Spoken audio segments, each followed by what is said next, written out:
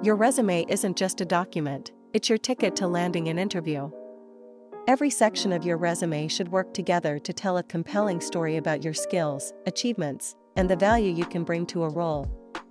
Let's start with one of the most important elements, the professional summary. This section is your first opportunity to grab a hiring manager's attention. Think of it as a highlight reel that summarizes your top skills and key achievements in just 2 to 3 sentences.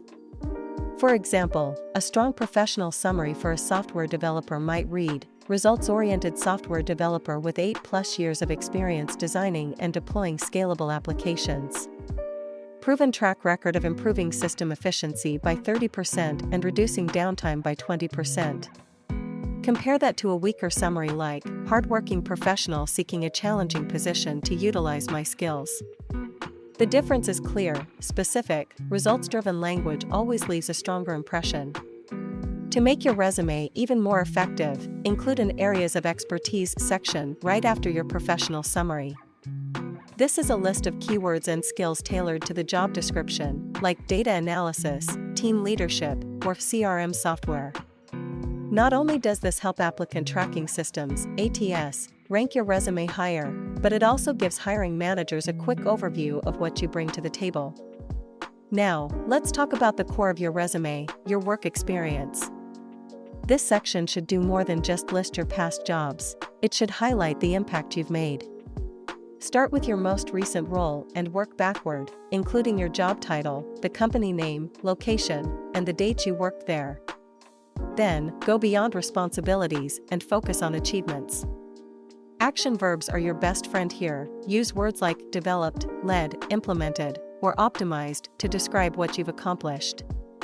And don't forget to quantify your results. For example, instead of saying, managed a team, say, led a team of 10 to increase productivity by 15% through streamlined workflows.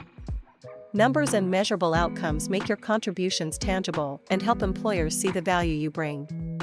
To structure these points effectively, you can use the STAR method: situation, task, action, result. This approach turns everyday tasks into impactful achievements. For instance, you might say, faced with a 15% customer retention decline, I redesigned the onboarding process, increasing retention by 20% within 6 months. It's clear, concise, and shows your ability to solve problems and deliver results. Next is your education section. While straightforward, this part is still important. Start with your highest degree, followed by the institution name, location, and graduation date. If you're a recent graduate, you can include your GPA if it's above 3.5, along with relevant coursework. For example, a finance major might list courses like corporate finance or data analytics to show their readiness for the role. Certifications and training can also set you apart, especially for roles requiring specific qualifications. If you have certifications like a PMP, CPA, or technical credentials such as AWS or Google Analytics, list them prominently. Include the name of the certification, the issuing organization, and the date obtained. If you have several certifications, consider creating a separate section to showcase them. When done right, every section of your resume works together to tell a story that resonates with hiring managers.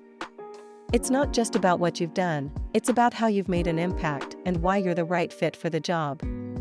Take the time to make each detail count, and you'll create a resume that doesn't just stand out but gets you shortlisted.